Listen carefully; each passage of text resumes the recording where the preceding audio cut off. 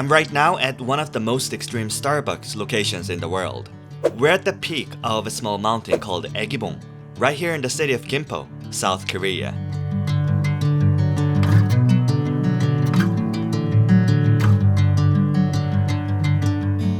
To get here, I had to pass a military screening because as I drink my coffee, I'm looking directly into North Korea, only 1.4 kilometers or less than a mile away. I'm Jun from gamjainseoul, your local tour guide here in Korea.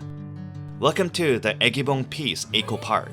Today, we're going to explore a place where devastating history, military tension, and the hope for peace all collide in one stunning location. Grab your coffee and let's explore what this place really is.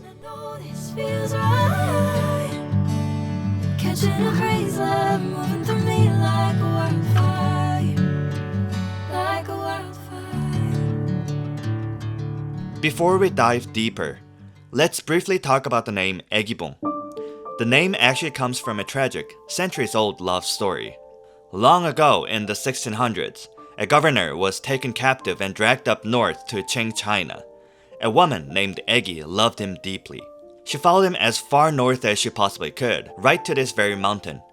But the Han River in front of her blocked her path.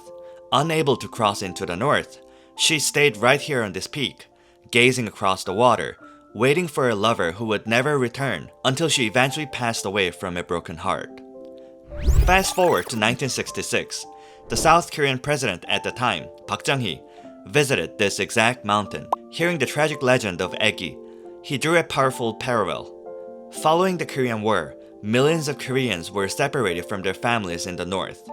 President Park remarked, "The sorrow of the displaced people who cannot return to their hometowns is just like the sorrow of Aegi." And from that day on, this mountain was officially named Aegibong, Aegi after the woman, and Bong for the peak in Korean. But the tragedy of this mountain isn't just folklore. Geographically, because of its height, the military officially referred to this peak as Hill 154. During the Korean War, Hill 154 wasn't just a scenic overlook. It was a critical military position. Whoever controlled this peak controlled the entire Han River estuary. More importantly, it was the ultimate shield protecting the western flank of South Korea's capital, Seoul. As the war was coming to a close and the armistice agreement was being drafted, both sides knew that wherever the front line stopped, that would become the new border. To secure just one more inch of this vital land, an immense struggle took place right where I'm standing.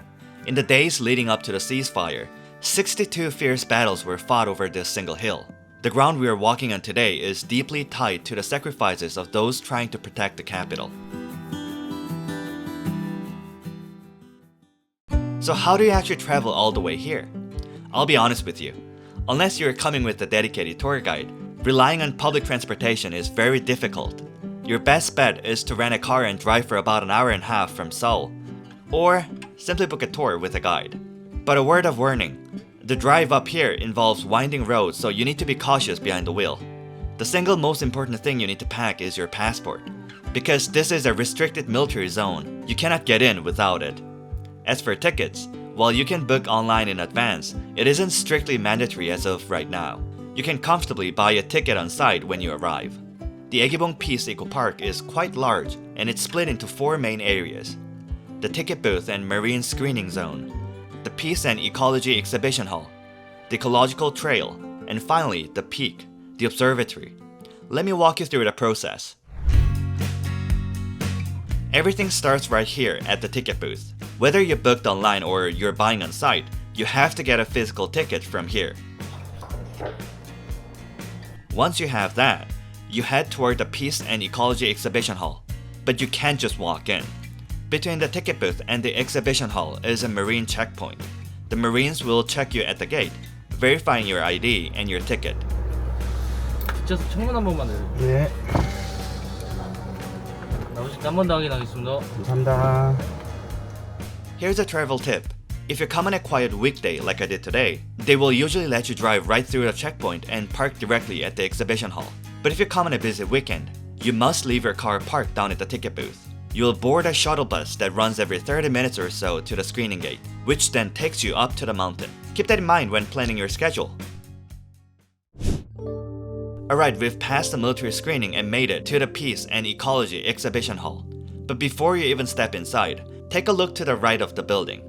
You'll see this grand staircase lined with international flags. These aren't just for decoration. These flags represent the 16 allied nations that sent combat troops, as well as the 6 nations that provided vital medical aid during the Korean War. It's a sobering reminder that South Korea exists today because of the support and charity of the global community.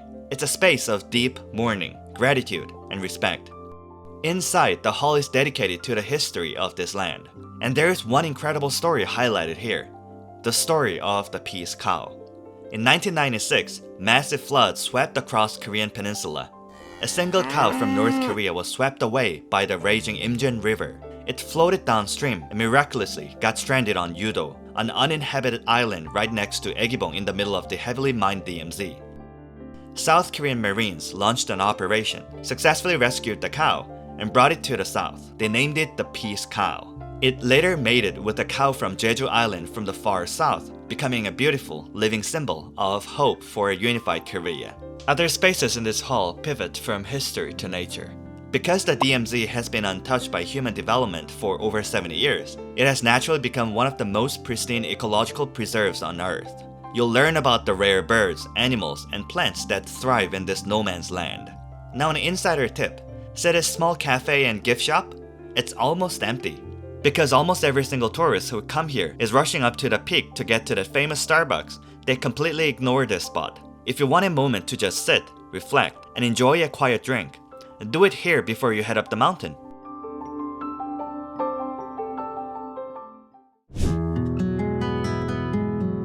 Leaving the exhibition hall, we take the Ecological Trail up to the main observatory.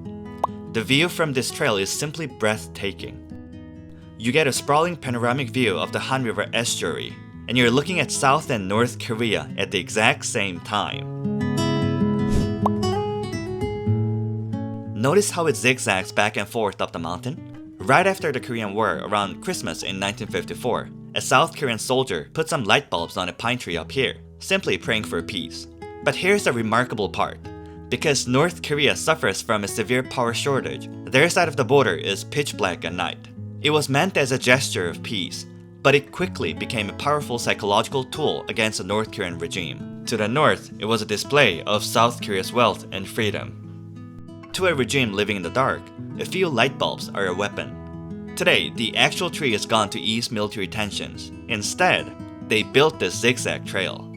At night, when the trail lights turn on, the entire path looks exactly like a giant glowing Christmas tree from a distance, keeping the spirit of peace alive. As you walk up these zigzags, enjoying the changing elevation and the shifting panoramic views, you're literally walking on history.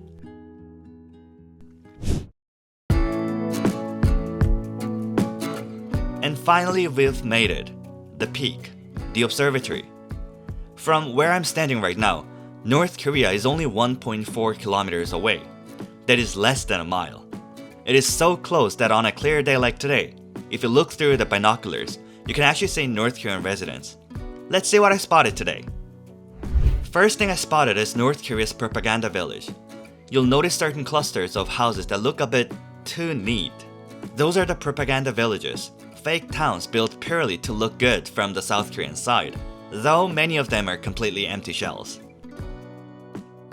And these are the North Korean military watchtower, mainly to keep the residents away from crossing the Han River to South Korea. I also spotted some North Korean residents planting rice together and just having time with friends together.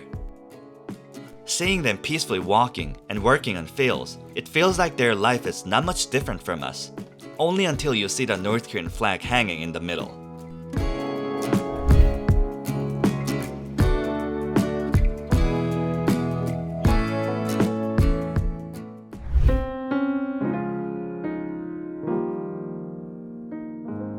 Moving away from the observatory, there is so much emotion built into the architectures here.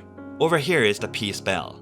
The bell was actually forged by melting down used bullet casings and barbed wire from the DMZ. The structure holding it is shaped like the UN logo, honoring the nations we talked about earlier. And perhaps the most moving facility here is this stone altar called the Mangbedan. In Korea, just like Thanksgiving or Christmas in the West, there are major family holidays like the Lunar New Year and Thanksgiving. During these holidays, it is a deep-rooted tradition for families to gather, eat, and spend time together. But the people who were permanently separated from their homes after the war cannot go back. So during the holidays, thousands of displaced families travel to altars like this one across the border. They lay out food, face the north, and pray for the families they haven't seen in over 70 years.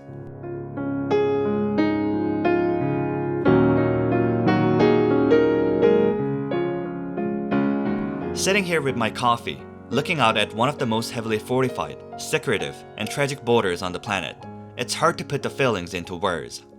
Aegibong Peace Eco Park is not just a tourist attraction. It is a memorial to those who fought on this mountain.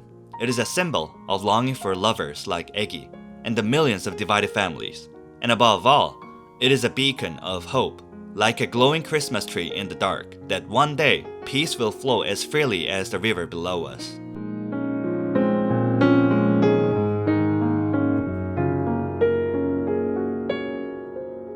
When you visit Korea, I highly recommend you visit this place. Thank you so much for joining me on this incredible journey today. If you found this piece of history as fascinating as I did, please make sure to hit that like button, subscribe, and leave a comment down below on what you think of this virtual tour. I'll see you in the next video.